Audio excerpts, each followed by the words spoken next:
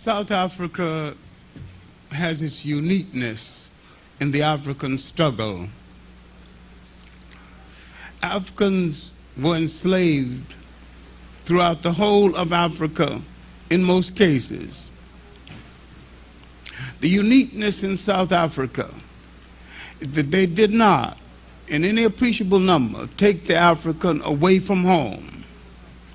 They enslaved him at home on his own land, and they usurped the prerogative of that land and took away his concept of nation. All right. Now let's look at the background that set this whole scenario in motion. Because if there are certain things you miss, you won't understand South Africa of today. You can never take your eyes from the fact that the Boers were Calvinists. Calvinists are ordained by their God, as they interpret it, to rule over the lesser breeds. So they came to Africa to rule, to take the land, to violate the woman, and to reduce all people other than whites to something less than humane consideration, and turning to their religion as a rationalization. They said that God told them to do it in the name of that faith. What we have to do here is not only to examine Calvinism, but examine every religion that came into Africa from the outside, and to examine it with no sentiment. You have to examine Islam. You have to examine the Hebrew faith. All of these religions were made from African elements. Once they were made from African elements, forced back into Africa with European and Asian elements, and these elements were used to justify domination. My main point here is that in appealing to the Christians to obey Christian law is a waste of time, and to appeal to the Arabs and Islam to obey the law set down by their own religion is a waste of time, because each one of them have found a rationale within their religion that said, even if Salah is said, that's their interpretation of it, that God ordained them to oppress you. And when someone approaches your oppression from a sanctified point of view, as though they are doing you a favor and you are outside of the pale of humanity, they have fastened upon you a situation of servitude that cannot be solved by prayer, cannot be solved by appeals, and it cannot be solved by appealing to people's consciousness, because if they had any consciousness, Christianity or Islam, they would not have oppressed you in the name of their religion. And the nature of their oppression proves that they have demeaned the religion in order to justify what they are doing against you. So there's no point of appealing to them. There is only one answer for Arab domination through Islam, and for European domination through Christianity, and Jewish domination through the Hebrew phase. One answer only: revolution. Full revolution. Appeal will not get it. Pleading to them to obey the laws of their God will not get it. They came in and took something that did not belong to them. The only way you get it back is you take it back. Once you are enslaved and once you are in servitude, this gets through your mind. You have no moral obligation to the people who have enslaved you. Because in enslaving you, they have freed you of all moral obligation, because the nature of their enslavement of you said that you are without humanity, without manhood, without womanhood, without dignity. And anything you do to get those things back is morally justified. You can't get too sentimental about it. The people who came into Africa came to stay, came to rob, came to rape, and came to use their religion to justify what they were about to do against you. Now let's look at the historical background of the coming of the European to southern Africa. For years, after the Crusades, after the famines, after the African expelled and the Arabs were expelled from Spain, the grandees, the Jewish money managers of Spain, many of them went to Holland to find the Dutch East India and the Dutch West India Company. These were the same Jews who had been protected by the Africans. The Africans called them the grandees, the money managers of Spain.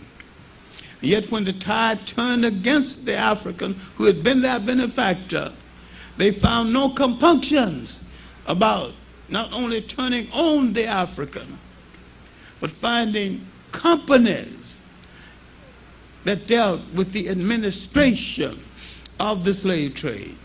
The Dutch East India Company and the Dutch West India Company. All right, now, Europe is looking for an outlet. They're looking for spices. They're looking for sweets. They're looking for something they could put on that gosh darn awful European food so they could eat it.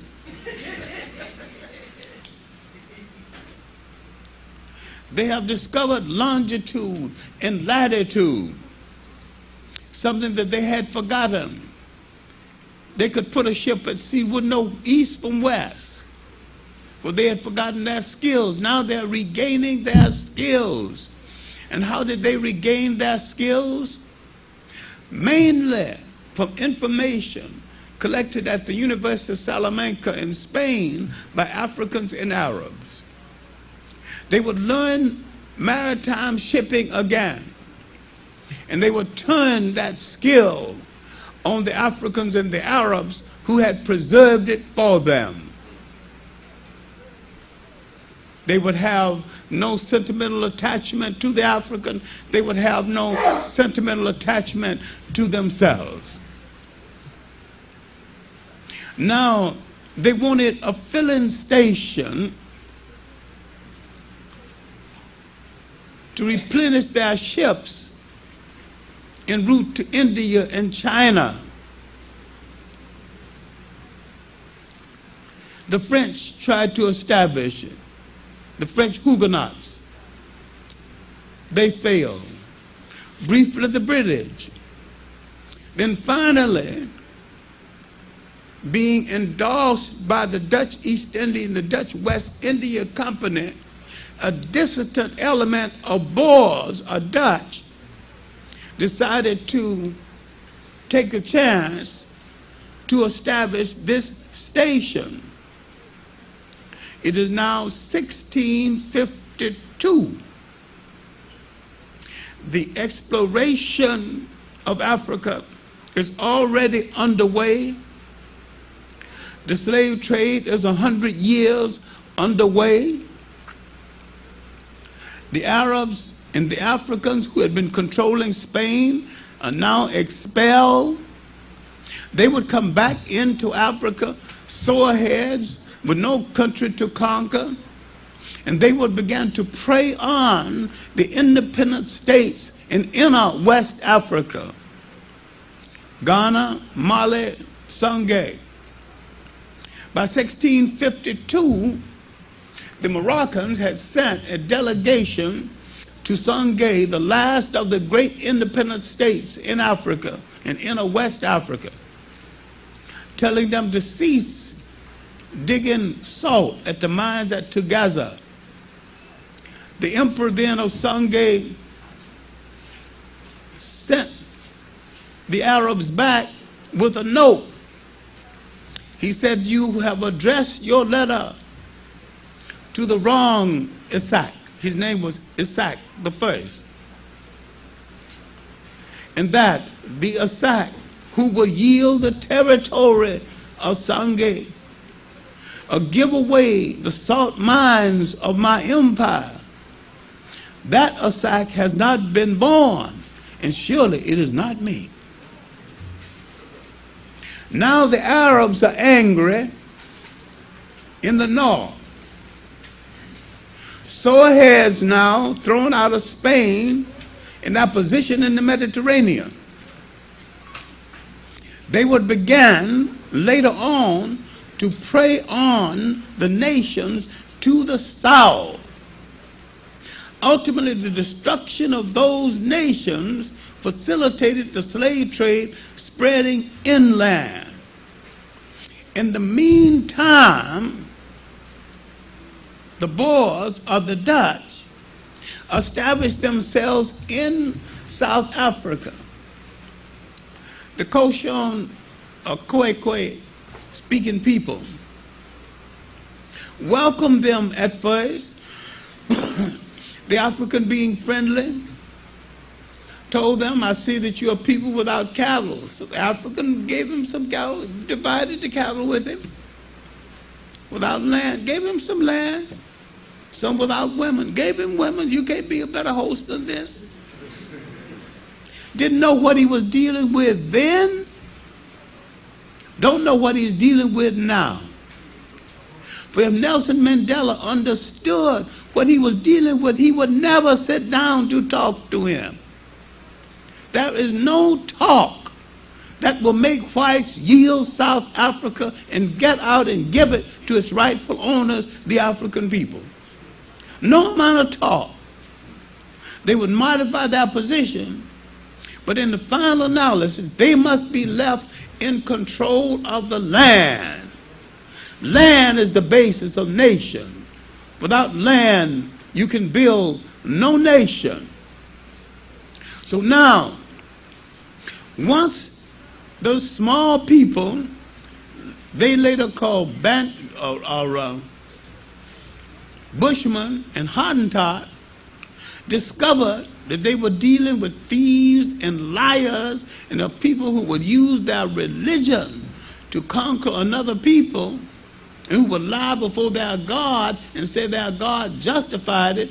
Once they understood this, they fought 11 wars against the Boers.